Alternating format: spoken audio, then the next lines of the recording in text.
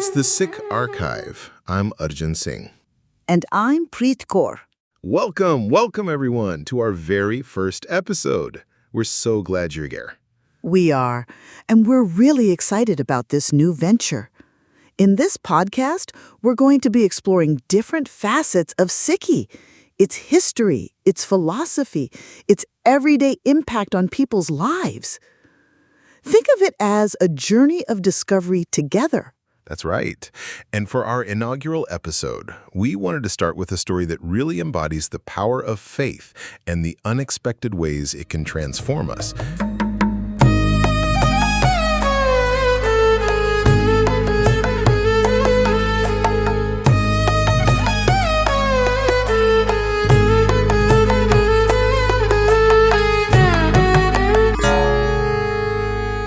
It's a story about a king, a queen, and a very peculiar missing sandal.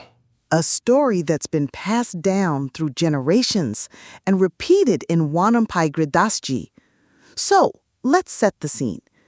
Imagine a powerful monarch, Raja Hari Chand. He's got it all, a prosperous kingdom, undisputed authority. But his heart, it's completely untouched by anything spiritual. He's a man of logic, of facts, of what he can see and touch. And then there's his queen, Rani Tara. She's the complete opposite. Her spirit is just overflowing with devotion. She lives and breathes faith, constantly yearning for a connection with the divine. It's this deep piety that eventually nudges Harichand's own destiny in a new direction. From the moment she arrives in the palace, Rani Tara brings this incredible sense of peace and quiet sanctity. She finds solace in prayer, every breath a silent hymn, every thought a meditation. The problem is, the king, he's got this rigid belief system. He's explicitly forbidden any outward display of religious practice within the palace walls. He sees it as a distraction, frivolous. And his word? Well, his word is law. But a soul as deeply spiritual as Rani Tara's simply can't be confined. The king's rules, rather than shutting down her devotion, actually push it into the quiet hours of the night. As the palace guards doze and the king's heavy breathing fills the royal chambers, Rani Tara would slip from her silken sheets. In the hushed stillness of the pre-dawn hours, typically around 2 a.m., she would rise. Imagine her, an almost ethereal figure, moving silently through the sleeping palace. She'd find a hidden alcove, a secluded corner, and there she would immerse herself in silent prayer, her mind reaching out to the divine, seeking that profound peace that only true spiritual connection can offer.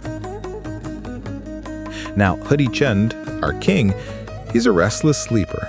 One fateful morning, he wakes up and finds the space beside him empty. His brows furrow, first in confusion, then in anger. This cold knot of suspicion starts to tighten in his stomach. He searches the royal chambers, his voice echoing, demanding to know where his queen is. His questions eventually corner the palace guards. You can imagine their faces etched with trepidation as they reluctantly confess. The queen, they stammer, had been attending a sangat, a holy gathering. A tempest brews in Raja Hari Chand's mind. His initial confusion morphs into burning resentment. He envisions clandestine meetings, whispered words, but not of the spiritual kind. So, the following night, his curiosity and anger overpowering his judgment, he decides to unmask her. He fakes sleep, eyes in slits, ears acutely tuned to any sound. And sure enough, Rani Tara, a silhouette against the moonlit window, rises and silently makes her way out. The king follows, a silent, predatory shadow. He trails her through the winding palace corridors, past the sleeping guards, until she emerges into the cool night air, She makes her way to a secluded grove where, bathed in the soft glow of flickering oil lamps, a group of devout individuals sit in a circle, their voices raised in sacred hymns. This was the Sangat, the holy congregation.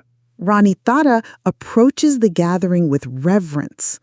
Before stepping onto the consecrated ground where the devotees sit, she meticulously removes her footwear. And these aren't just any sandals. They're intricately crafted kadrawa, wooden sandals adorned with delicate carvings. They're truly unique, so much so that it took a full year to create them. They are, in fact, considered a precious possession. As Rani Tara joins the circle, her face alight with an almost ethereal joy, the king, his eyes narrowed, sees his opportunity.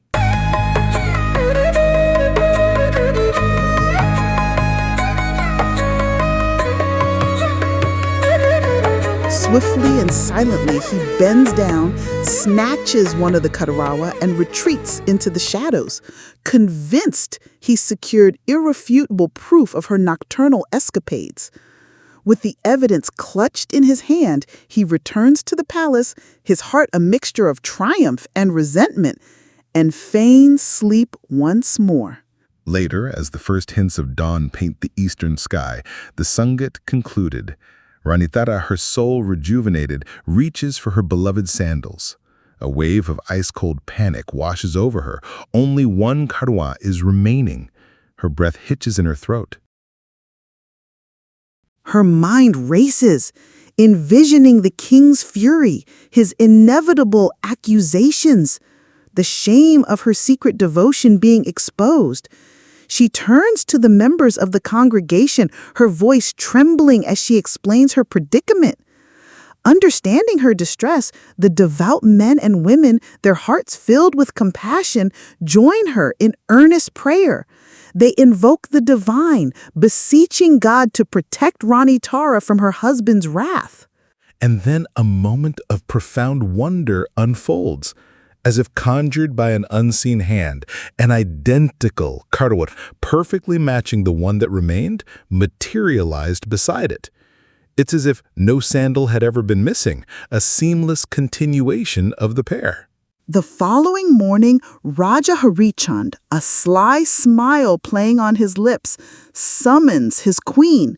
"My dear," he began, his voice laced with a false sweetness, "those sandals of yours, the Kadarawa, they are truly exquisite. I wish to commission another pair, perhaps even more elaborate for you. Would you be so kind as to bring them to me so that the royal artisan may take their precise measurements?" He awaits her appearance, his heart thrumming with anticipation, eager to reveal his proof. He envisions her confusion, her fear, her eventual confession. But when Rani Tara enters the royal chamber, a serene smile gracing her lips, both of her beautiful karwa are securely on her feet. Raja Harichand's triumphant expression falters, then crumbles into disbelief. He gapes at her feet, then at the single karwa he had hidden away. He fumbles for it, pulling it out and holding it, the physical evidence of his trickery.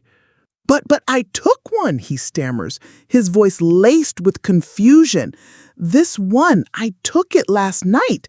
He holds his stolen sandal against the pair on her feet. They are identical, indistinguishable. With a gentle, knowing smile, Rani Tara explains, her voice calm and filled with an unwavering faith that resonates through the king's very being. "My beloved king," she said, "this is no earthly artisan's work. This is the divine hand of God, manifested through the power of the holy congregation." She explained how she had lost her sandal, how the congregation had prayed, and how the miracle had occurred. The king, stripped of his skepticism, stands humbled by the sheer impossibility of what he's witnessed. The rigid walls of his disbelief crumble. He sees not a trick, but a profound act of divine intervention, a testament to the very faith he had scorned. In that moment, Raja Hari Chand was transformed. His stern face softened. His eyes, once filled with suspicion, now held a newfound reverence. He fell to his knees, his voice thick with emotion, and pleaded for his queen's forgiveness. From that day forward, Raja Hari Chand, once a man of rigid irreligion, became a devout follower, joining his queen in the sacred sandal. The whispers of his transformation spread throughout the kingdom. His name, once synonymous with stern authority, became etched in history not just for his rule, but for the profound change wrought in his heart by the unwavering faith of Rani Tara and the divine grace found in the holy congregation. It's a powerful reminder, isn't it, Arjun? That sometimes the greatest transformations come from the most unexpected places, sparked by something as simple and profound as unwavering faith. And that brings us to the end of our first episode of the Khalsa Cast. We hope these stories have offered you a moment of reflection and inspiration. Thank you for joining us on this journey. We look forward to sharing more insights and tales from Sikhi in our next episode. Until then, take care.